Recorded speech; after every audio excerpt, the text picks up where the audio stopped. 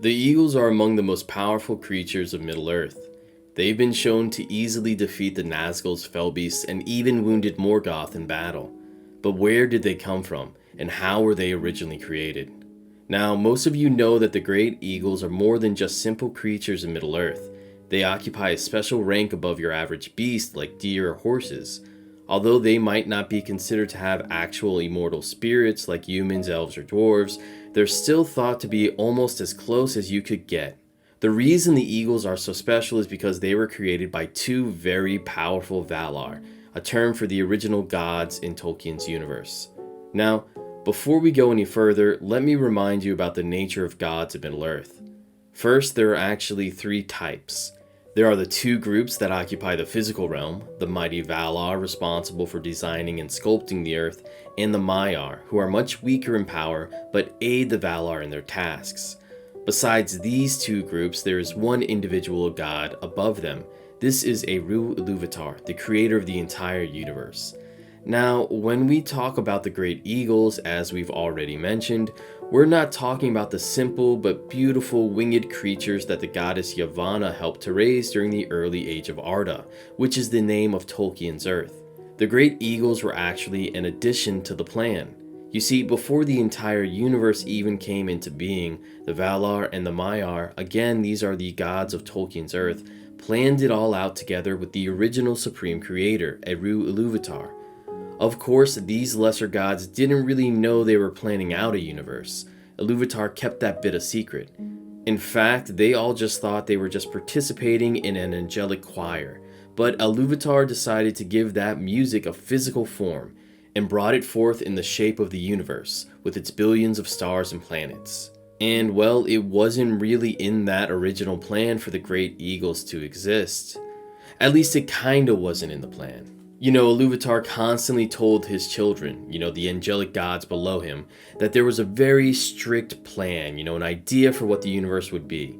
He had already decided which creatures, which elements, and which events would unfold in a very precise order. So whenever the natural gods of Earth, the Valar or Maiar, did something out of line, Ilúvatar would often chastise them. But at the same time, Ilúvatar would claim that even these aberrations, that even these mistakes, were actually a part of a greater plan that only he knew about. Now, at this point, it kind of delves into the realm of deep, heady philosophy, but the main point is this. The eagles weren't necessarily part of the plan to begin with. Okay, are you guys not confused yet? Alright, if you're not, then, that's really awesome. Let's just keep on marching on.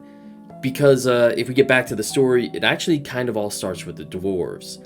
One of the great gods of the world, Aule, decided that he was lonely and he wanted to create some children to teach and spend time with.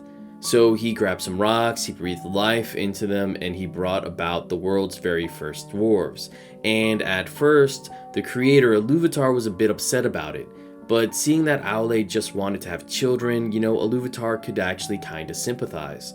After all, it was Ilúvatar's own loneliness that had brought Aule and his brothers and sisters into existence. Since Ilúvatar was the only one to give true life and true spirits to sentient beings, he felt bad that Aule's creation, the dwarves, weren't actually animated with true life.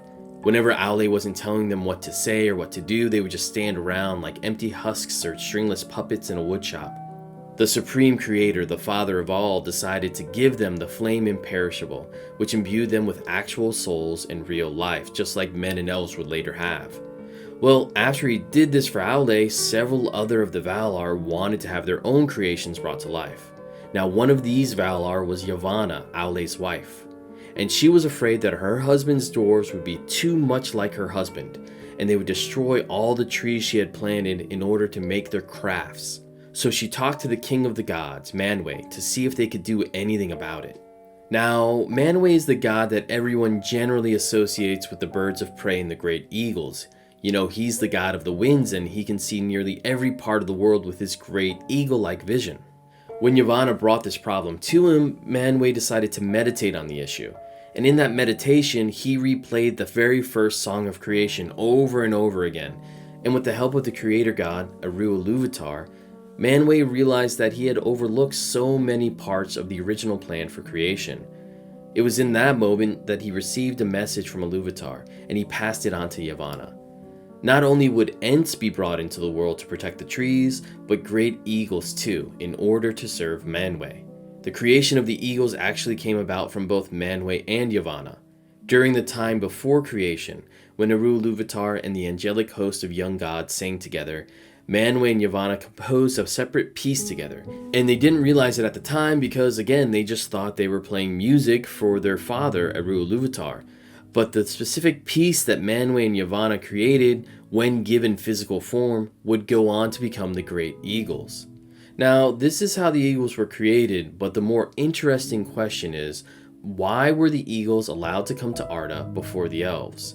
It was actually a big sticking point for Ilúvatar because he was okay allowing the dwarves to live, and allowing the Ents and a few other creatures to roam, but he forbid that they should be alive before the elves got a chance to experience Arda first.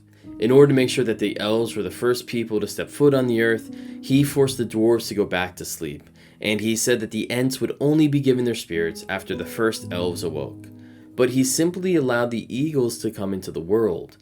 In the specific passage of the Silmarillion, it said that various animals and plants would be imbued with immortal spirits, which would separate them from common animals. This is said directly in reference to Yavanna's creations, which are not just Ents but other creatures as well. But a few lines later, Manwë also says that his eagles will come into being.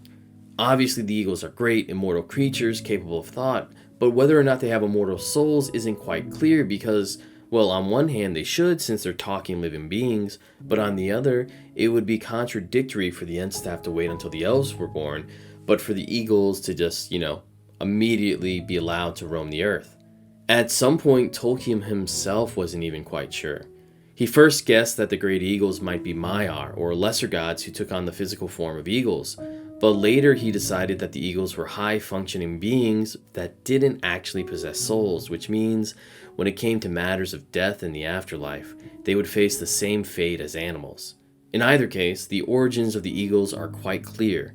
They were first created in music by Manwë and Yavanna in the time before the creation of the universe, and they were later given physical form by Ilúvatar in the years of the trees.